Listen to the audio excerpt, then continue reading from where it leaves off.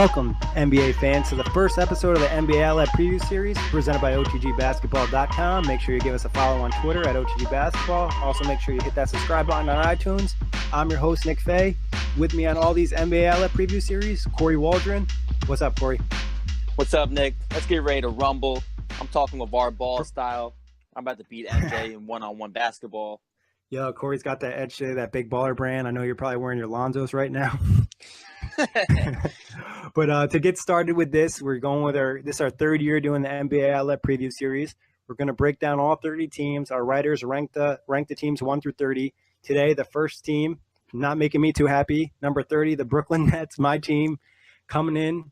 But before we talk about the ranking, let's talk about the Nets from last season. You know, tell me what you thought about this team. Obviously, 20-62. Thoughts on the Nets last year? Last year, the Brooklyn Nets were 20-62, like you just said.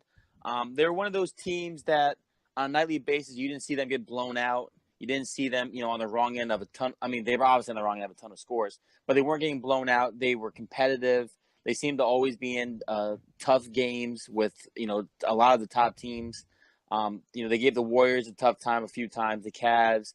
They beat up my Pacers at least twice, if I can count. They ruined some teams' hopes late in the season. They were just one of those – they were a gnat fly. Last season, the Nets were a gnat fly. They were always pesty. They were annoying. They were rugged. And it just fits that Brooklyn grit. Yeah, they weren't a talented team, so if you played hard and you executed your game plan, you probably were going to beat them. But if you didn't come to play and you kind of slept on them a little bit, they were going to hit you in the mouth a little bit, and you might get headed into the second half with a deficit and have an issue. They did win only 20 games. Obviously, some of that had to do with the Jeremy Lin injury, which was a disappointment, obviously being the second best player and not having him hurt the team a lot. But they did finish strong. That's the one positive post-All-Star break. They were 11-13, more than half of their wins, finished the season 4-3. Some improvements from Karis LeVert and Rondae Hollis-Jefferson. So, things aren't completely terrible as the record looks going into the season. One thing to note about Brooklyn, too, is, they were 13-28 at home and 7-34 on the road. So, teams couldn't go into Brooklyn and think this is going to be an easy win. Because going into Brooklyn, fans for some, even though Brooklyn hasn't been good these last couple of years, Barclays Center seems to always be rocking when Brooklyn is in town. It seemed last year like they had some good support, even though the team didn't really necessarily have a lot of star players. In the past, they've had some issues with fans, applauding other teams because, being in the city, it's such a diverse population. But last year, it felt like people really bought into the Nets and the Nets culture, the players, and even the fans. Like, we're going to be bad, but we're going to play hard. So, and that's important, especially because these guys are so young. If the rookies don't hear their fans cheering them on and they hear them, cheering on a LeBron or cheering on any other players, it could get to a young player's head. But when you go in there and your fans are rocking and cheering for you, it's obviously going to elevate your game. Yeah, and I think this is a guy we'll touch about a little bit later, but D'Angelo Russell in L.A., the feelings about him were mixed after that Nick Young thing, and that you could argue, and Byron Scott not supporting him as the head coach too, you could argue that kind of hurt him in L.A., and now in Brooklyn, maybe with this new team it could help him. But we'll talk about him later. Highlights for the Nets last season, who was a highlight player, highlight play, what stuck out that was something that Nets fans should take away from last year? Well, for me, the highlight play has to be Brook Lopez's game-winning jump shot over the Pistons late in the season. I know you were in attendance. You got to watch that live. That for me has got to be the best play of the season. Player-wise, I'm going to say Brook Lopez actually, just because the fact that he elevated his three-point game from 14% the year before to 34%. And he gave Brooklyn in a year where he was fully healthy for the most part. I don't think he missed more than 10 games. Yeah, all the games he missed, I'm pretty sure, were based on rest. Rest, right. So he was there all season. He was healthy, and despite constant rumors at the deadline and before being, obviously, moved, he was their leader. He helped put people in the seats every night for Brooklyn. Well, and I think one thing Sean Marks and Kenny Atkinson has mentioned, he's always been such a true professional. And when the Nets do turn this thing around, which I believe they will do, with Sean Marks ahead, that they'll eventually be back to being a good team. They're going to look back to when they started putting the building blocks down. They had Brook Lopez, who was a true professional. He could have complained. He could have demanded a trade. He bought into the culture. He did everything the coaches asked. He never complained, and he improved his game. And he said, Kenny helped me improve adding that three-point shot. He improved last year as a passer too. and he got a little bit smarter too, I think, last year, as a defensive player. So, I mean, you definitely have that as a highlight. For me, it's going to be Karis LeVert. The draft pick they got from your Indiana Pacers for Thaddeus Young. I think LeVert surprised a lot of people. It was kind of even a question mark going into the season how much you'd see out of him because he was coming off a broken foot. And it was I think he broke his foot twice in college, so it was definitely an issue for him. So seeing him and seeing his ability and the athletic and the quickness that he has and just that skill set that he brings to the Nets gives us a little bit of hope as Nets fans that, look, we do have a good young player that can be an above average starter in this league. He could be a very nice piece next to D'Angelo Russell for years to come. Exactly. He's a good complementary player because I like just all the things that he can do, his skill set, able to handle the ball, pass the ball, shoot the ball, drive the ball. Obviously, he needs to get more consistent as a shooter, and defensively, the potential is there too with his frame and his length. So him, like Rondé and some of the other younger and smaller guys in the team, they just need to put on some more muscle. And, obviously, when you get into that mid-20 range, muscle just kind of just starts to add on by itself. So I think that's something that'll be good for the Nets as these guys kind of mature and get better as players. But disappointment. Well, what should Net fans just try to forget about and try to keep out of their nightmares? Well, it's got to be the Larry Nance dunk on Brook Lopez. I know that. How did that not win Dunk of the Year? I don't know. I don't understand. What did win Dunk of the Year? It was like Victor Oladipo on Dwight Howard, I think. And it was like he didn't even truly dunk on him. Like Larry Nance destroyed Brook, and I was hurt a little bit. And that just made me hate some of the Nets players a little bit more because they couldn't defend on the perimeter. And I think Brook was dunked on multiple times last season. And every time it was early in the year, so they still had Anthony Bennett. And Bennett was guarding the guy on the perimeter. Oh, man. I mean, I know Larry Nance definitely dribbled all the way in for that one. And he went – I think I like that dunk so much just because he had full extension. He was literally straight in the air when that went down. That was probably the biggest disappointment. If you're looking at net highlights from this past year, make sure you're looking at the positive ones. I got another one. Spencer Dinwiddie getting blocked by Kristaps Porzingis. Oh, the full. Yeah, that one hurt a little bit. He caught that behind his back too. He brought it down behind his back right afterwards. Yeah. That was just smooth as hell, and I could not think it was a good play. But obviously, being a Nets fan, and then also the Knicks being our rival, it's just oh. Yeah, that's a demoralizing one for sure. But in terms of players, Jeremy Lin being hurt, I think was definitely something sad for Nets fans. Like I mentioned, being the second best player and obviously having the hamstring injury twice. Another disappointment is Gravis Vasquez. They signed him in the offseason last year, but he was never able to get healthy. I would have liked to see what he could have possibly done because having another guy who can handle the ball in the Nets last year would have been so huge, and it would have made it, a little bit easier if they had a veteran guy. But he just was not able to get 100%, and he still, I don't think, has yet. You know what? I forgot they signed him. But yeah, no, you're right. I remember his time with Milwaukee. He had some decent minutes for them. Toronto, he had some good Toronto moments. As well. Way back New Orleans, he did some good stuff for too. So yeah, he's a very scrappy guard. So definitely not having him healthy. And then, like you said, Jeremy Lin by far was the biggest disappointment. We know in the NBA the point guard position is so valuable. And when you lose your number one point guard, the guy you expect to play make, the guy you expect to be there on a nightly basis to help kind of get the offense flowing, it definitely hurts the team. We saw when they lost Jared Jack the year before. Losing a point guard always hurts, especially when you don't have a viable backup. Like we mentioned, Spencer Dinwiddie, a guy who did some nice things for the Nets, but him and Isaiah Whitehead weren't ready to start in the NBA, and they even started Sean Kilpatrick a little bit, and just not having anybody that can run the show or even bring the ball up in a timely manner just hurts your team in so many ways. Yeah, and the one thing that Jeremy Lin's credit, his body type, having a Kilpatrick, bringing the ball up, some guys just don't have the body to be a playmaker and to move around the court like a Jeremy Lin can. Like Jeremy Lin is very sneaky at times. He can fight. He can fight around. He can get a screen set and fight around, the guy trying to cut off a screen or go over. He's stronger and more physical than you think he would be. He's a little bit stronger, and he's like you said, he's sneaky in the sense that does a good job of using his pace. He's not necessarily the fastest guy, but he does a good job at changing speeds. Yeah, he picks his moments to accelerate very well. Exactly. Let's talk about this year's ranking. We talked about it. I'm definitely disappointed when I had to, put all the spreadsheets together and come up with the Nets as a 30th ranked team. I was like, wow. I mean, I thought they definitely improved. What did you think about this ranking? Too low. I did not have the Nets 30th. The Nets are not the worst team in the league. and they're really by far not the worst team in the East. No offense to the other OTD writers, you guys got this one wrong. Yeah, I think some of it is just the fact that people don't really pay attention to the Nets. Like they don't really care to look and see the roster improved and see what they were working with last year. Because, I mean, easily I would say that they're probably better than the Hawks and the Bulls right off the bat. So easily not last. And then you look at teams like the Kings and the Suns.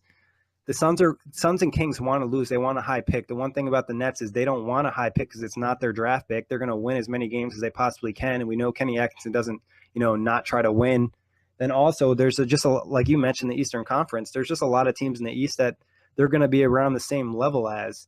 Not to say that they're better than them, but, it's not like they're that much lower than the rest of the East. Yeah, I mean, like, to the Eastern Conference specifically, the Hawks, Bulls, and Magic, I can't say for sure that either one of those teams are going to have a better season than the Nets. I mean, the Magic haven't really improved. And when you look at, obviously we're looking at the Nets offseason, and we'll get to who they added and stuff. If you just look at who the Nets brought in compared to who they brought in last summer, this team is well above improved from last year. Well, you mentioned that. I'm just going to go over who had the 10th most minutes for the Nets last season and then tell you who probably is going to have the 10th most minutes, and it'll kind of get us into our additions. Obviously, Brook Lopez, Rondae Hollis-Jefferson, Sean Kilpatrick, Trevor Booker, Isaiah Whitehead, Bojan Bogdanovic, Spencer Dinwiddie, Randy Foye, Karis LeVert, Justin Hamilton. Obviously, looking at that list, there's some guys that you definitely don't want to be in your top 10 minutes of rotation. Just to name, like Justin Hamilton, he's no longer in the NBA. Randy Foye, he hasn't even signed a contract yet. He's probably not going to be in the NBA. Isaiah Whitehead, he's a rookie, second-round pick. You're not trying to play him big minutes. Sean Kilpatrick, an undrafted guy. He did have some nice moments, but he definitely needs to develop a little bit more. This year, they're going to roll out 10 guys that probably look something like D'Angelo Russell, Jeremy Lin, Karis LeVert, Alan Crabbe, Rondae Hollis-Jefferson, Timothy Mozgov, DeMarre Carroll, Spencer Dinwiddie, and then either a big they pick up on free agency, maybe the rookie Jared Allen or Quincy Acey. But, that 10 that they're going to play this year, you can at least say that all of them are NBA players. Well, and like you just said too, Nick, half of those 10 guys you named in the first list, half of them aren't even on the team anymore. Exactly. So you're going to see an entire new look. And you guys remember, Kenny Atkins' second year as a Nets coach, Sean Marks' second year as the GM. They're still now building this team to their new culture. So they're getting out the guys that maybe don't fit in their system specifically, and they're getting guys in that they believe will fit their system better. And that's a great point, Kory, because you hit it right on the head in the sense that they added guys. Last year the Nets were a big three-point shooting team, and they added guys that fit that. Alan Crabbe, D'Angelo Russell, DeMarre Carroll. These are all guys that shoot a good percentage from three, and that can really help the Nets when they get rid of some guys that were fringe NBA players. I think it just, makes sense that they're going to be better and probably better than people think, because you have to – I think Kenny Atkinson kind of proved himself as a head coach last season, getting the Nets to even win 20 games with a roster that they had. And, the system that he runs, I think, is going to be effective. So I'm excited to see what happens. I don't have them as my worst team for sure. Yeah, no, if you have them as your worst team, please reevaluate yourself. Yeah. So, but moving on from, last year, the rankings of this year, let's talk about the additions. We'll start with the draft picks. Number 22, Jared Allen. Center out of Texas, 6'10", long wingspan, somewhat of a raw prospect, definitely needs to develop a little bit, high character guy. I mean, I think, going into the draft a few months before, I think he was higher on boards. So the Nets were really happy to land him at 22. What are your thoughts on Jared Allen? I like Jared Allen. He reminds, he's in Texas. Last year, Miles Turner came out of Texas the year before, and they're very similar to me in their body type and how they can move on the floor. Jared Allen last year averaged 13-8 with a block and a half per game in college. He's 6'10". I know that he played the four primarily in college. So the one issue for the Nets will be kind of, turning him into a center, because they don't plan on having him play the four. They plan on having him be their five, their center. So it's going to be a learning curve for him to get into that five position, just to learn how to throw your body weight around. He's going to need to get a little bit more size. But like you said, he's very long. He's not a sick guy on defense, but if a guy with his length and wingspan, if he can learn how to play defense, he can be very good for them, because no discredit to Brook Lopez. Brook Lopez was never going to be, a top 10 center in this league defensively. He's always been the offensively sided guy. Yeah, I think Allen gives him that. They're looking for a rim runner, somebody that can finish the oop. I think he's got like a 7'5" wingspan, athletic guy like you mentioned. So they're looking for him to do the dirty work. He doesn't really have much of a jump shot. So I think he's going to be a project. I don't think they expect to play him much this year. Wouldn't be surprised if he spent some time with the Long Island Nets. But I really like the pick, and I like to see what the Nets can do with him, especially Kenny Atkinson and his player development coaches. And that's a big thing for the Nets. Like, we didn't really touch on as much, but we're expecting a lot of internal improvement from the staff because that's what Kenny Atkinson's been known for. Players around the league have mentioned how he's helped their career. Moving on from Jared Allen, they also had a second-round pick, number 57. I'm going to try to pronounce his name, Alexander Venskanov, and this is an international player. I think he played for BC Barcelona, 6'9". Athletically, he's not the greatest thing. I think he's a draft and stash type of guy. The Nets are trying to see where he develops as a shooter. I think that's what they're hoping for, is being maybe a stretch four in the future or something like that, or maybe develop some better ball skills. But see what happens with him. Draft and stash, you never really know if they're ever going to come over or if they're ever going to develop into NBA players. Round of applause on the name. I think you nailed it. I hope so.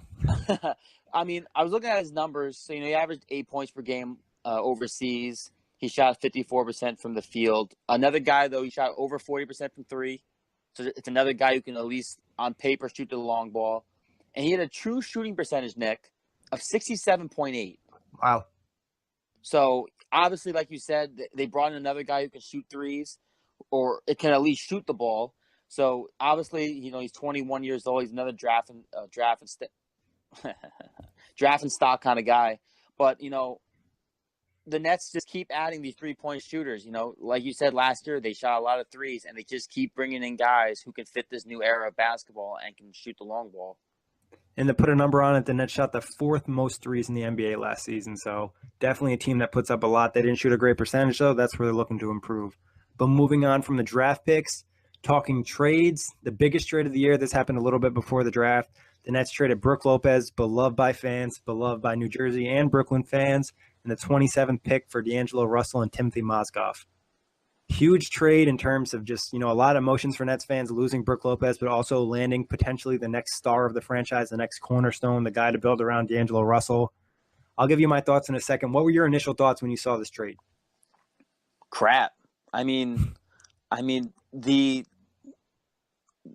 Magic Johnson comments aside from D'Angelo Russell, saying he's not a leader. Russell is now he has the keys to Brooklyn. I mean, there's no question of who the star of this team and the cornerstone is. This team is going to be built around D'Angelo Russell.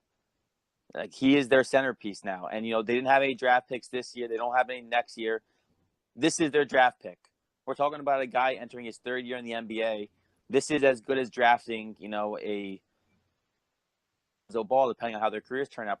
But obviously, he's the second pick in the draft. They got their guy. They got a exactly. High I mean, he's still very young. It was a great move for Brooklyn. It's pretty much getting back one of the picks they lost from Boston, in my opinion.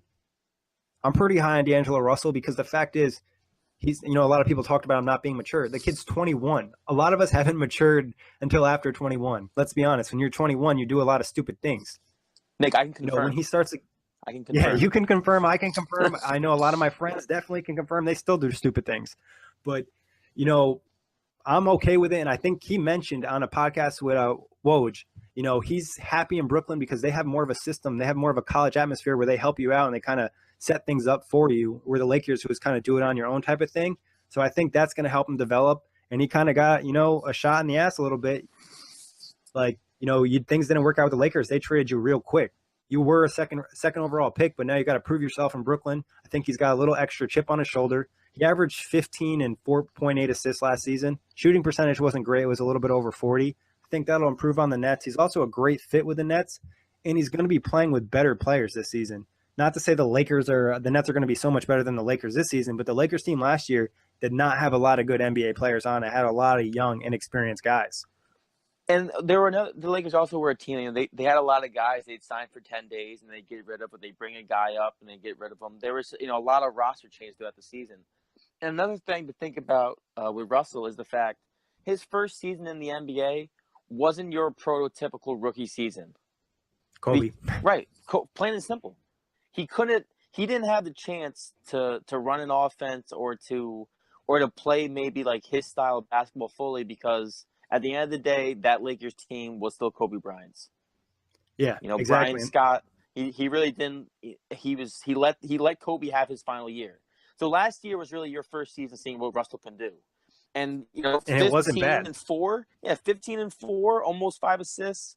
You know, that's 2 points higher, an assist higher than the year before. That's not bad for a 20-year-old. Yeah, exactly. Last year, Andrew Bailey posted this on Twitter after D'Angelo was traded. Players who matched D'Angelo's 3-point percentage, points, rebounds, assists per 36 minutes in their first 2 seasons. I'll give you the list: Steph Curry, Larry Bird, Manu Ginobili, Chris Paul, and James Harden. All So right, so he's in an elite class with almost all Hall of Famers. yeah, pretty much. Like, so I mean, the potential is definitely there. The maturity, obviously, something to worry about. But we talked about the Nets culture, and I think they're going to really set him up. I know he has a relationship already with Karis LeVert. I've already seen some pictures with him getting along with Spencer Dinwiddie. He was working out with Jeremy Lin and Sean Kilpatrick a little bit too, and Trevor Booker. So I think having some vets around. I also think Jeremy Lin is going to help D'Angelo Russell a lot. Russell also mentioned on the Woj Podge that he doesn't mind playing off ball because as soon as he gets the ball, he can make a move with it. He doesn't have to worry about setting up his teammates necessarily or, bringing the ball up the court. So I think Jeremy Lin is actually going to help D'Angelo Russell and kind of alleviate some of the pressure that he faces as being a starting point guard or a starting guard in this league. I agree, and just to Jeremy Lin's credit, I mean, as long as he can stay healthy, Jeremy Lin is not a bad playmaking point guard in the NBA. He never has been. You know, his issues Yeah, just come with playing. You know, he's just not a very good defender, so him logging a ton of minutes becomes an issue. But playmaking wise, he's very good in the pick and roll, and just D'Angelo playing like you said, off ball next to him, and just learning and just watching Lin run an offense, because D'Angelo has never played with a pass first playmaking point guard yet in the NBA.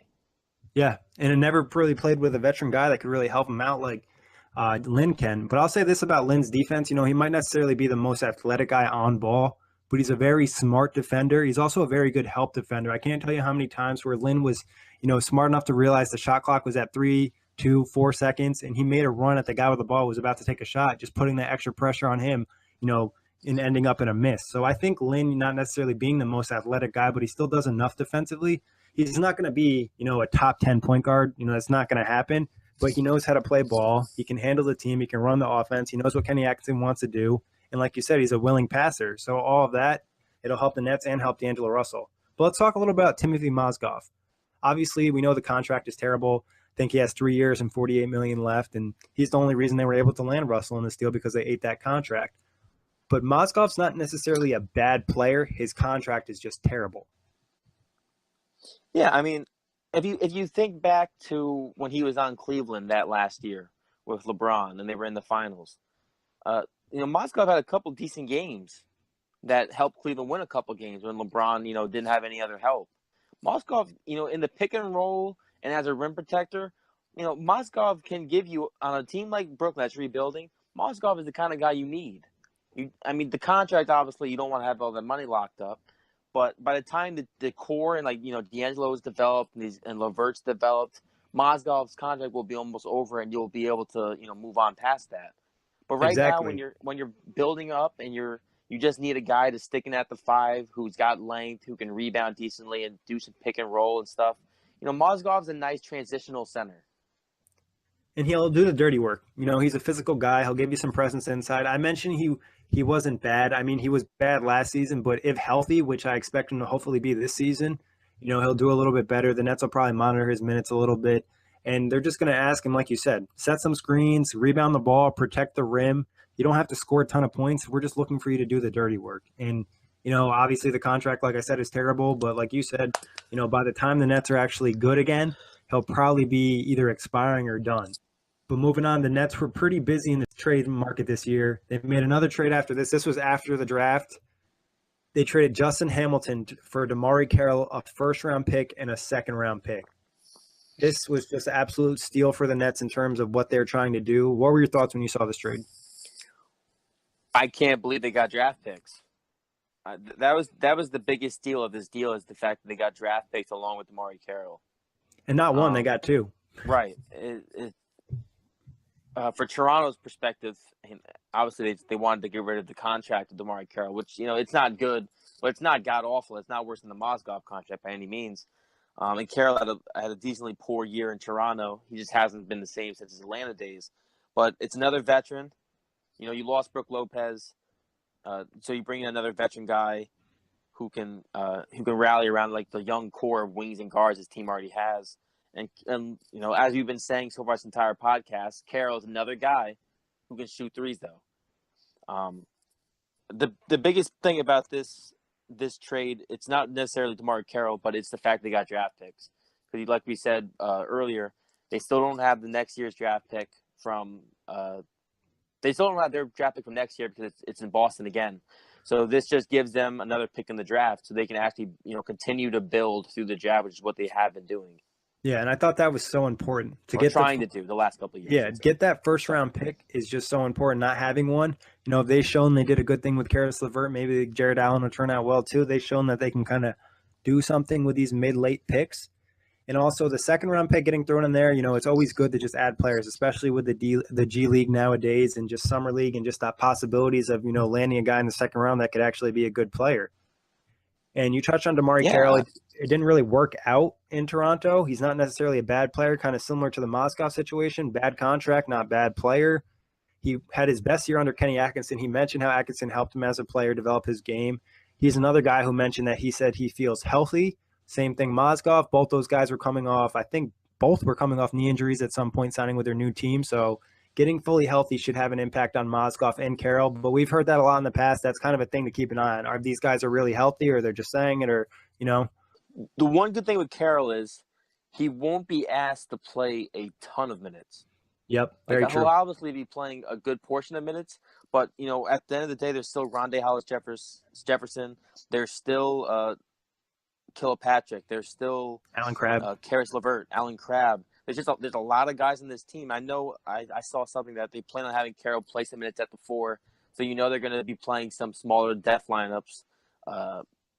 But Carroll won't be playing, 30 minutes a game. I don't see him playing 30 minutes a game. I see him playing right around 25.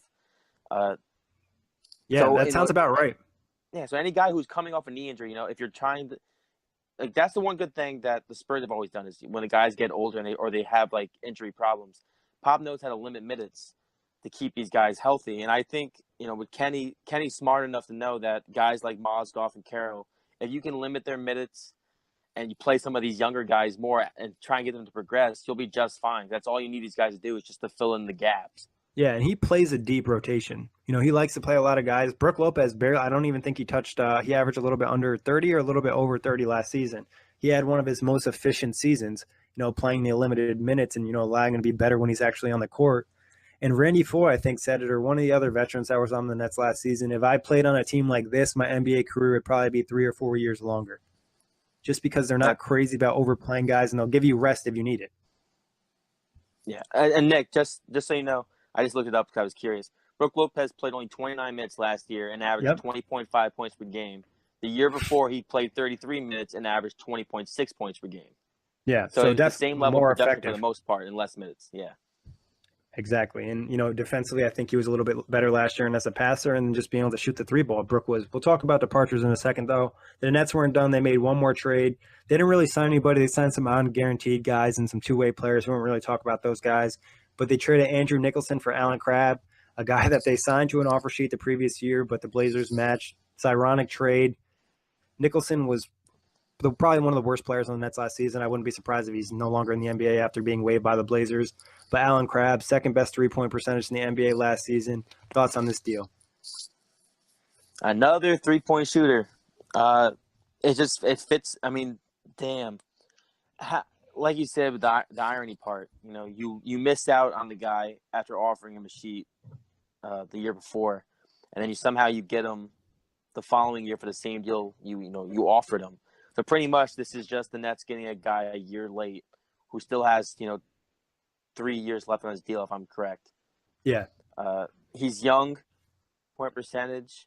He played with 2 ball-dominant guards in Portland. So now he gets a chance to play with a different culture, a different atmosphere. Who knows? I think Alan Crabbe, we could really see development in his game just for the fact that he doesn't have Lillard and McCollum taking 15 to 20 shots a game. He'll be able to at least he'll be able to get the ball more in his hands.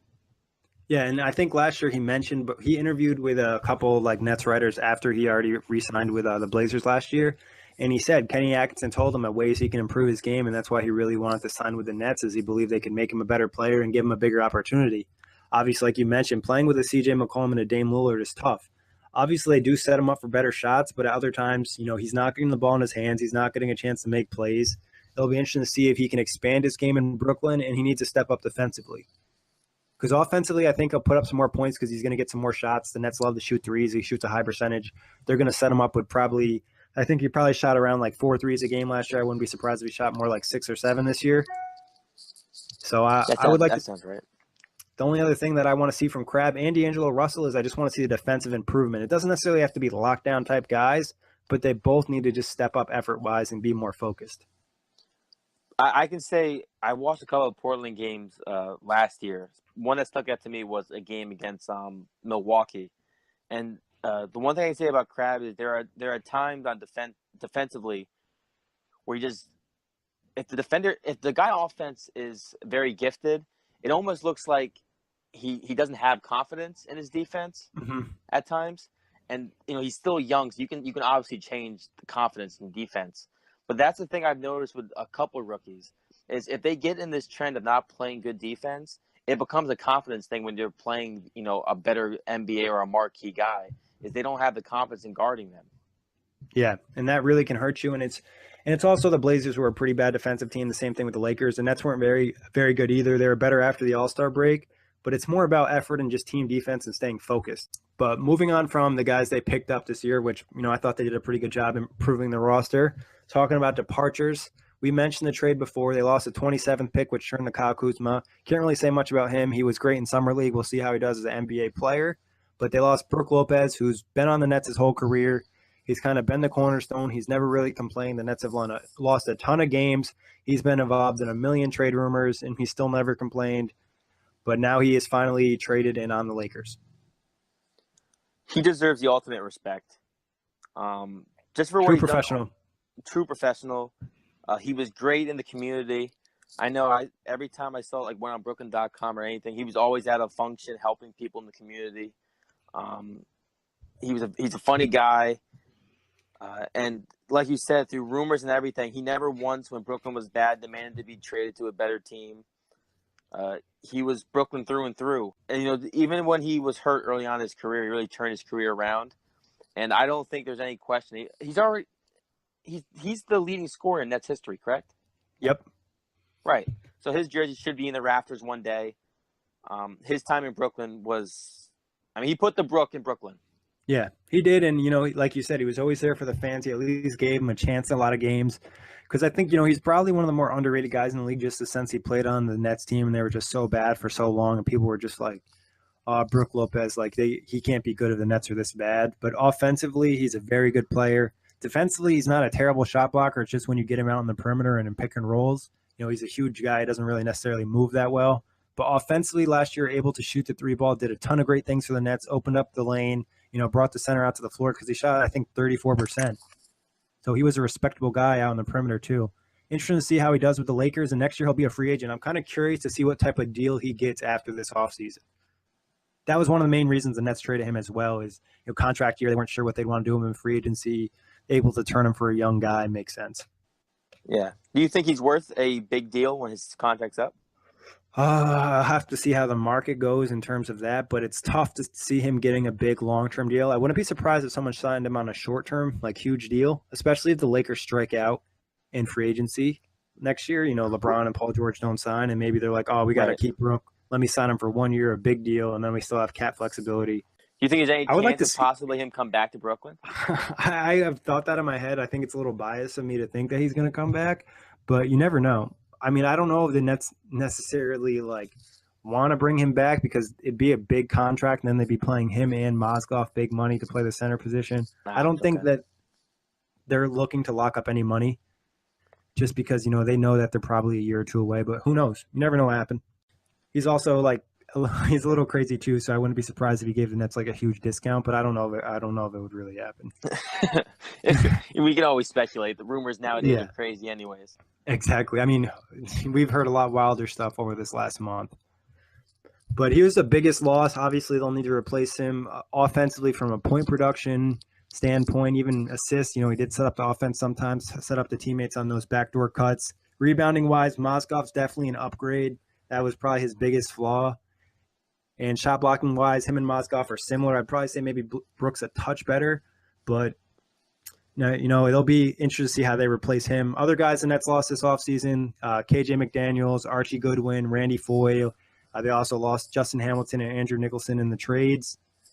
Pretty much all of those guys, I'm okay with the Nets losing. None of them were, huge contributors. Hamilton played pretty big minutes, but he didn't do great things on the Nets. Randy Foye was a veteran guy, but he was kind of getting up there in age. He couldn't play a ton of minutes, and it wasn't like he was great. Archie Goodwin couldn't really develop the jumper. I think that's what's going to hurt him. I wouldn't be surprised if maybe he got a camp invite or something. And KJ McDaniel's kind of the same thing as Archie Goodwin. They're just not developed enough for the NBA at this point. They're great athletes and they can get to the rim and score sometimes, but consistency is a problem for both those guys. I mean, when you look at the loss, in parentheses, the losses of the Nets, there's not really a loss outside of Brook Lopez, and even still, that loss is it really a loss when you get D'Angelo Russell? For the most part, none of these guys losing them, besides maybe to true Net fans like yourself and others, maybe it's more of a heart it's more of a heart loss losing Lopez. Yeah, and like I mentioned, I think on a previous pod, I just bought a Brook Lopez authentic jersey this summer, and then about a few weeks later, he's traded. But the curse continues. Yes, the curse continues. Moving on from departures, like we said, nothing too crazy, nothing that I think is going to really kill the Nets. But moving on to coaching, no real changes for them. Staff's still there. It'll be Kenny Atkinson's second year. I expect to see, some improvements. He was one of the few head coaches to coach in Summer League to kind of get some extra experience, and I thought that was kind of cool. And I know his players really appreciate it. Spencer Dinwiddie said, I think, on a Slam podcast that he appreciated him doing that. That's cool. I didn't really pay attention to Summer League this year. I was out and about, but just having I know for a fact that the head coaches don't normally coach that. Yeah, I think he might have been the only one. He might have been the only one doing it. Oh, see, that's sick, especially for this young core. Because think about it, all these young guys coming in, you get more time to get an understanding of what your coach is expecting of you and the kind of system he wants to run. So that just does, that's great and very beneficial for the rookies in Brooklyn. Yeah, exactly. I think it'll definitely help them as a team and help these young guys. It just kind of gives them extra reps with a coach and practice, a little bit different, especially because the Nets also ran so many guys that played in the rotation. They had Isaiah Whitehead down there, Rondae Hollis-Jefferson, Karis LeVert, Spencer Dinwiddie. Archie Goodwin was down there too, but obviously he was cut by after that. So I thought it was cool that those guys got to play a little bit together. Obviously chemistry is always a thing. But talking about actual NBA starters for a regular season home opener, who do you have as the Nets starters on opening night? Okay, so this is my starting five. I got Jeremy Lin at the point guard position. I got Russell at the 2, Allen Crabbe at the 3. I think they start Trevor Booker at the 4, and then Mozgov at the 5. I pretty much have the same lineup. The only thing that I know I've heard is that Rondae's most likely going to start training camp at the 4. So it'll be his job to lose. Kenny said that, I think, in a Zach Lowe post. So that'd be something. That's the only other thing. I think Jeremy Lin starts, D'Angelo Russell starts, Allen Crabbe starts with that contract, and they want that floor spacing, especially if they play Rondae at the 4 or Booker at the 4. Or as like a dark horse maybe starting at the 4 could be DeMarre Carroll. I think that would be something interesting to do, especially with the added three-point shooting. And another thing to always keep in mind to those listening, even if someone starts, it doesn't mean they're going to play a ton of minutes. Because like we see with the Warriors, Pachulia starts, but he only plays like 10 minutes a game. So just because, like, say, for me, like, even though I have Booker starting, I think that Jefferson still gets majority of the minutes at the 4. Yeah, that's going to be interesting how the Nets run with that center position, because I wouldn't be surprised they wanted to keep Trevor Booker as the backup center because they're so thin. They probably have maybe the worst like big man group in the league. They don't really just have a lot of guys in there. So they got to play a lot of guards, and I wouldn't be surprised if they try to play DeMarre Carroll and Rondae Hollis-Jefferson's majority of their minutes at the 4. just because they don't have the centers to really back up Mozgov. Because unless they pick up somebody in free agency, they have one spot open, they have a little bit of money. But Mozgov, Booker, are you going to play Quincy Acey as your backup? Not really. He's a little bit undersized. Jared Allen's a rookie. It's going to be an interesting situation with that backup, big man position. Just looking, rebounding could be a real big issue for Brooklyn next year. Yeah. They added enough, 3-point firepower, but rebounding could be an issue. And that was an issue last year too. So, that could be the thing. The one person I think that could really help with that issue is Rondae Hollis-Jefferson. Not because he's a huge guy and he's going to box a ton of guys out, but he's kind of like an energy freak. He's just like all over the place all the time. And if he just kind of focuses on, attacking the ball and attacking the boards and getting those rebounds, because this year I think the Nets aren't going to rely on him as much to try to produce offensively. They have guys like D'Angelo Russell, Jeremy Lin, and Alan Crabbe that can really put up points, and then they don't have to worry about it. Right. Okay. He becomes a dirty guy. He becomes he's a very good defender. Yeah, so. He becomes that supercharged role player that every team needs. You need that one guy that's going to go around and do all the dirty work and set up plays, can score a little bit in the fast break. His shooting still needs to improve. And defensively, I still think that he needs to improve in the sense that he just needs to be more focused defensively.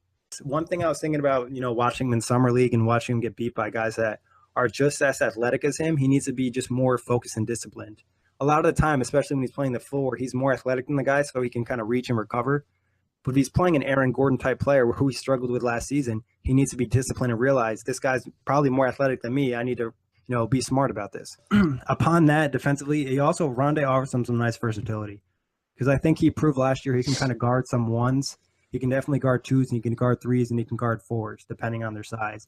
And there's not a lot of bangers in the NBA anymore, so I don't think that's going to be a problem. No, I agree on the point that he's defensively, he's one of those rare breeds, or not rare breeds, but nowadays you're seeing that more. There's these guys who can guard 1 through 4. And Jefferson has definitely shown that when healthy, he had one health scare, he can be a guy who can lock down numerous positions. And even though he's undersized at the 4, like you keep mentioning, high energy guys in today's NBA are very effective at the 4. Yeah. And it kind of allows him to hide his shooting, because that's a real issue for him. If he can kind of develop to be just a moderately okay 3-point shooter, that'd be huge for the Nets. But that's going to be – that 4 position is going to be interesting. Rondae's going to be interesting. So for me, actually, just thinking about – I was trying to think about somebody to compare him to. Think about Kelly Oubre's success with the Wizards. He plays a lot of minutes at the 4 for them. And he's not as good of a defender as Rondae Hollis-Jefferson. He's not much better of a shooter. So if guys like Oubre Jr. can play the 4, Rondae Hollis-Jefferson can certainly play the 4. And I think, Rondae's definitely, I think, bigger than him as well. What the Nets are hoping for and what rumors have is, they're looking for maybe Rondae to be that super Draymond light. He's not going to be ever as good as Draymond Green, but they want him to kind of do the similar things that he does. He needs to put on more size and get bigger and not necessarily be exactly the same player, but kind of pick up on some of the traits of what he does for Golden State. Yeah, I agree. I like that. And, one thing about Rondae, he's not a good shooter, but I will say he's a good passer. It's kind of underrated him as a playmaker, and he's able to handle the ball a little bit. I think he had like a top 10 crossover this year on somebody. So he just needs to be more disciplined and consistent overall. And I think he could have a nice jump this year. This is kind of like his 3rd year, but it's really like his 2.5 year, because his 1st year he missed mad time with an ankle injury. So I want to see what Rondae does. But enough about the starters. Breakout players. Who's going to be the breakout starter? Who's going to be the breakout bench guy? All right. So breakout starter has to be D'Lo. Yes. Without question, having a chance to run an offense. There's no Brandon Ingram next to him. There's no Jordan Clarkson. There's no Julius Randle. There's no big young piece around him. Yet, at least, Karis LeVert is questionable. But D'Lo will get full range of the offense, whether he's playing point guard minutes or minutes at the 2. His job will be to get buckets. I'm talking ice in the veins, flicking every night. I'm ready for Brooklyn I'm going to a couple of Brooklyn games, and I'm looking forward to seeing D'Lo just light it up. And I'm thinking he's going to average right around 18 to 19 points per game.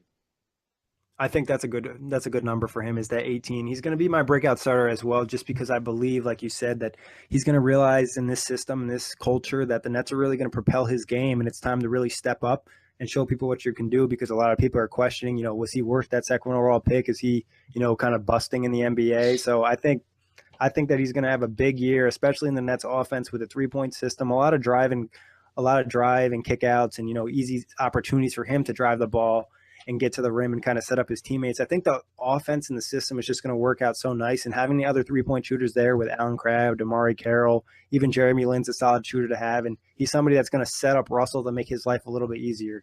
I'm really excited to see what D'Angelo Russell can do with the Nets this year, because it's going to be his best opportunity to succeed in the NBA.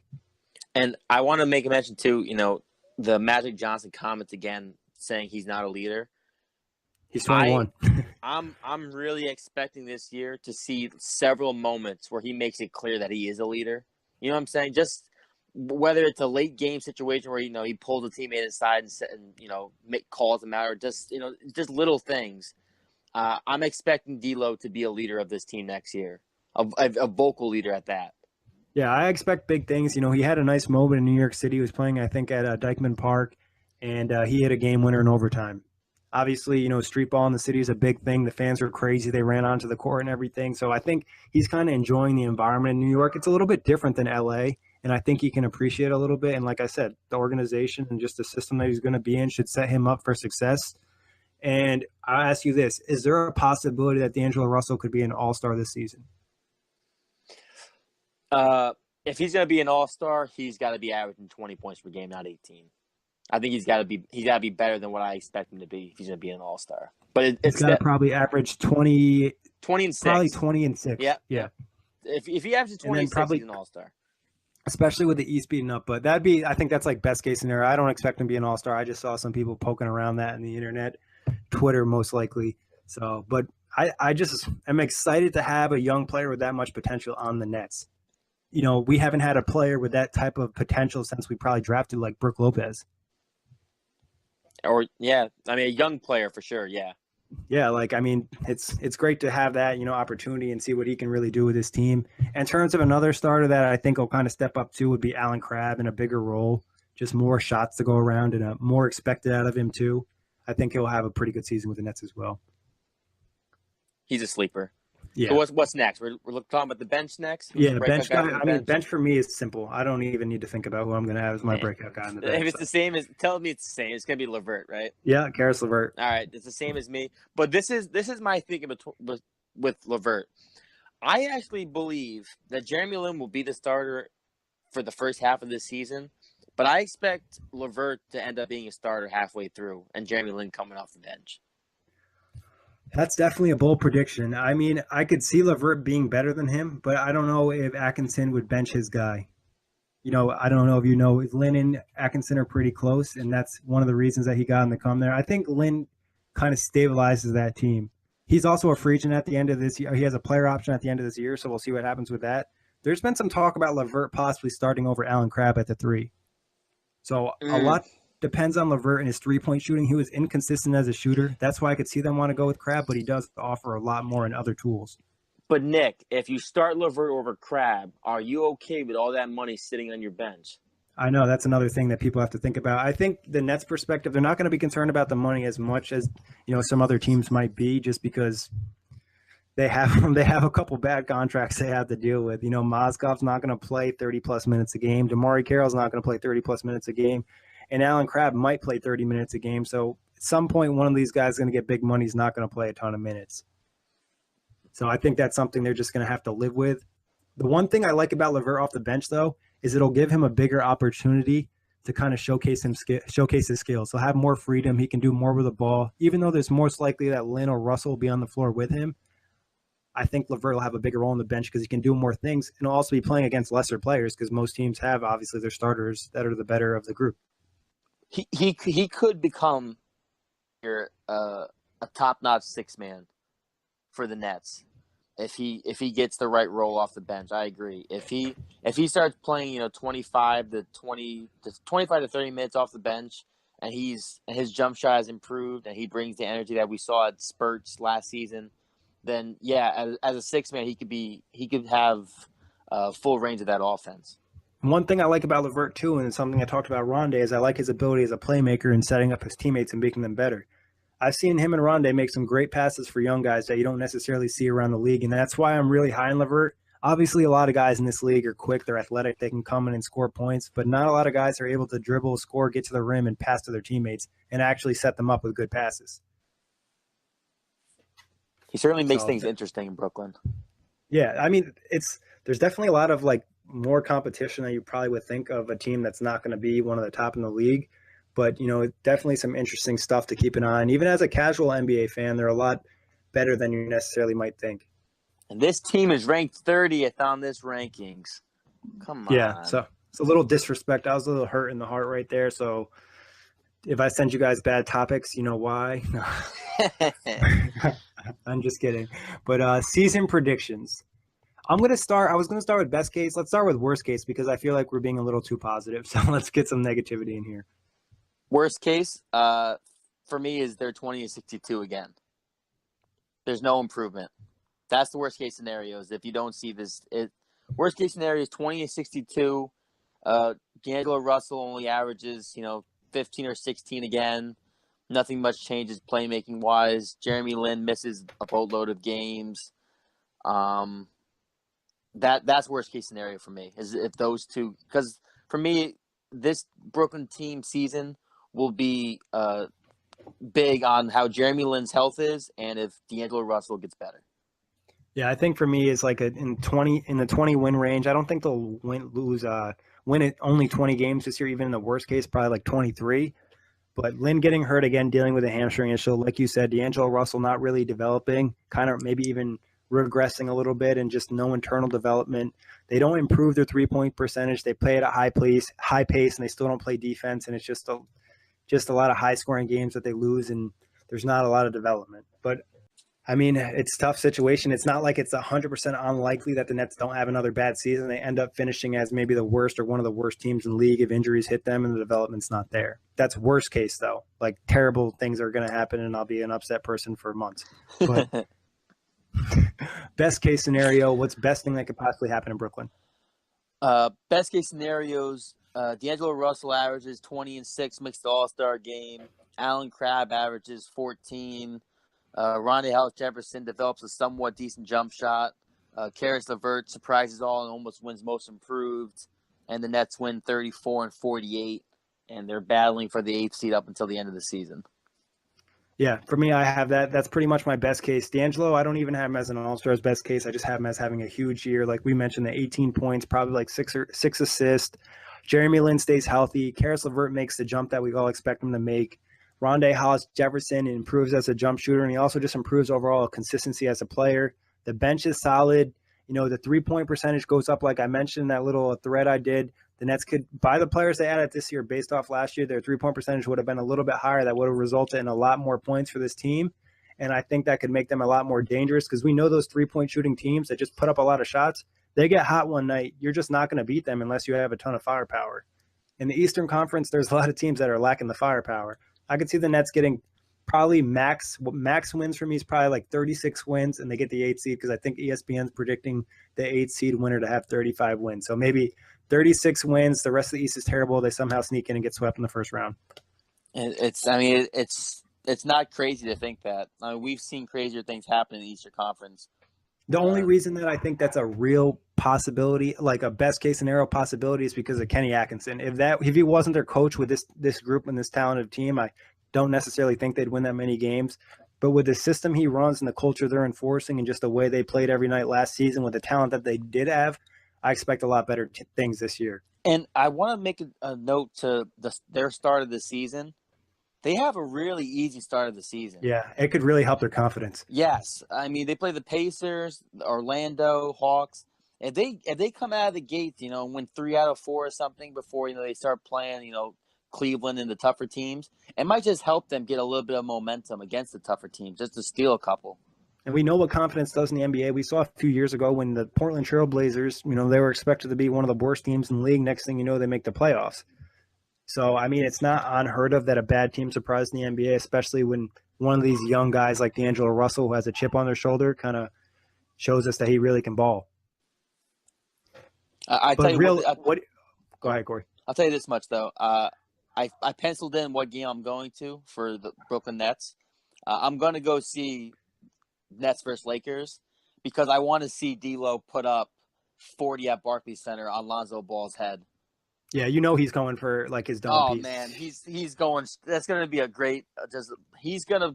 Oh man, I just can't wait just to see him staring down the Lakers bench and all his old teammates just like. It'll be interesting to see what Brook Lopez does too, though. Returning to Brooklyn, obviously, I don't think Brook hates the Nets or anything, but he'll definitely come to play that night. But realistic prediction: what do you expect this team? Where do you expect them to finish win-wise? What do you think is going to happen this year? Realistically, I have down they're going to be 28-54. And they're going to finish as like a 10 seed in the East, realistically, for me. For me, I have them around that low 30 range, the 30 to maybe 34 or something like that. They stay healthy. That's banking on the health, and I'm banking on the improvements from D'Angelo Russell and Karis LeVert. I think Rondé's not going to take as big a jump as I necessarily want to see, and that's going to hurt them. And I think, look, we mentioned the rebounding is going to be a real problem for this team and just the internal presence because – obviously the NBA is changing. You don't need to have a center on the floor all the times, but just having the lack of centers on the team, the lack of options in the front court is going to probably hurt the Nets, preventing them from really competing for the A seed. Yeah, that's my big red flag right now. It's just you look at the big men. It's Mozgov, Booker, Quincy AC, and Jared Allen. That's really and Ronnie Ellis Jefferson has a small four ball guy with DeMarre Carroll. Yeah, it depends. I think Rondé's development at the 4 is going to be the big. If he plays like he did at the end post All-Star break, and like a little bit better than that, it could be big for the Nets. And like I said, if he's like one of those freak rebounders that just puts a ton of energy into it, because I know Trevor Booker, I know what I'm getting with him. If I keep him in a solid role, I don't play him too many minutes. He's an effective guy to have off the bench. He's going to rebound well for you. He's going to give you that energy. He's going to block some shots. He's going to give you a few cool dunks, and he might hit one of those crazy horse shots that he hits once in a while. So. I mean, I'm okay with Booker coming off the bench. I'm just worried about that other backup position. If they have any type of injury to Mozgov or Booker, they literally have no bigs to put on the floor, like true like physical presence that can defend a guy that can post up. And the worrisome then would be they'll probably be expecting Jared Allen at that point to give him valuable minutes, which who knows? Maybe he'll step up to the task if that You never know with rookies too. It's not like we've never seen a center come in the NBA. You saw Miles Turner come in as a center. I don't think he's as gifted offensively, but they don't need him to be an offensive presence. They just need him to know how to play defense and rebound and stuff like that. But it's still tough anytime for a rookie to adjust to the NBA. I think they're definitely going to sign a guy before the season starts. If that's like an undrafted guy or if that's like, a veteran who's been hanging around the NBA, somebody like a Zeller, a Jared Solinger, even though he signed over, I think, overseas, maybe they get him out of that deal. Just another vet to have in case of emergencies. And there's still a couple, not that there's any big name free agents left. There's still a couple guys out there who can help a team like Brooklyn in the rebounding area. Yeah, and it's a one-year deal, a short-term thing. I don't think it's a big deal. But that's what we're expecting out of the Nets. Better than last year, not necessarily in that playoff picture quite yet, but, making the right moves, improving as a team. Let's get on to one of our favorite segments of the NBA Outlet Preview Series, and that's The Truth. And this came up with 3 years ago by Parth Garadia when Paul Pierce decided to send out pictures of an emoji instead of actually posting emojis on Twitter. So every year we kind of have an emoji for each team. For the Nets this year, we're going to go with the construction worker emoji. The reason I went with this is, these guys work hard. They got that grit, that grind. The Nets play with that Brooklyn grit. They play hard every night. They're not just going to roll over and let you win the game. And they're still building. That's a little side. Yeah, that's actually a great point. They're still building, They're tough. Yeah, they're still rugged, in a building process. process. And this is still a process and then made by Sean Marks. They still got all these draft picks. They're slowly getting – think about this. They've lost draft picks every year, yet every year they've had a draft pick by making trades. So, they're doing all the right things to get back into being competitive. Exactly. That's a great point. It's like a double emoji right there. Brooklyn grit and they're rebuilding. So, but on to League Pass is another thing we do every year. League Pass rating for the Nets. I'm going to add this year. 1 through 10, what do you rank them? I'm going to say 4 out of 10. But I do plan on going. He went, whoa. 4 out of 10, but I do plan on seeing at least 3 to 4 games in person.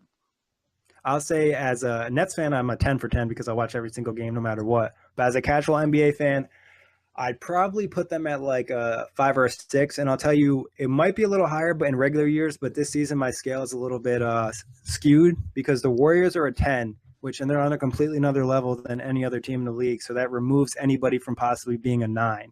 So there's nobody who's a 9 because the Warriors are so much higher. So everybody's kind of dropped down one level. So I guess I'll put the Okay. Nets at a 5 of a 10 for a casual NBA fan. You might watch them if you like D'Angelo Russell. They got some young guys that can do some cool stuff. So I gotta be honest. I said 4, and you put a little shade on it. You picked 5. So well, I also have the skewed scale. Okay, So okay. like So in theory, they'd be more of a 6. But for me personally, they're a 10 for 10. I'll probably catch opening night. Depending on how the season goes, I might catch a few more. I always try to catch a few games. It's not too bad to get the Barclays. It's a lot cheaper than MSG. So I always like to try to catch a Knicks and Nets game, and that should be something interesting. who knows? Maybe OTG will go to the Lakers Nets game. Yeah, it could be. It would be definitely be a fun event. We have a couple Lakers and Nets fans, so keep that up in the air. But on to the next part of League Pass. What show, like, give me a show incomparable to the Nets that you'll watch the Nets over. You'll watch the Nets instead of the show, but it's a show that you like. If that makes sense. Okay, so a show that I like that I would watch over. Or Wait. no, what you'd watch the Nets over this show, but you actually like this show. So what's like the best show that you'd watch the Nets instead? Okay, The Ranch with Ashton Kutcher and On Netflix, right? Daniel Masterson. Yeah. Can't say I've ever seen that one, but I don't know if I think it's a good show from just looking at the cast. It's pretty much a That 70s Show cameo for the most part. It's pretty much that just in downtown Texas. So I would say I would watch Brooklyn over that show, but I like that show. So I feel better about that than I guess you're 4 out of 10. But moving on, that's it for the Nets. If you don't like what we had to say, you can add OTG at Twitter at OTG Basketball. Also, make sure you subscribe to us on iTunes. This is the first team of 30. Kory's going to be on with all of them with me. We're going to have some more OTG guys on, maybe. So it should be some fun stuff, and we're going to go through every team. So make sure you let us know how we did and what you want to see or what we need to improve or need to do better on. Stay with us through this ride. It's going to be a ride. Yeah. Stay with us. It's the first episode, so cut us some slack. Also, I might have a slight bias. I'm a Nets fan, just throwing that out there. But everything else, thanks for listening. And as always, Kory, thanks for hopping on. No problem, Nick. Adios.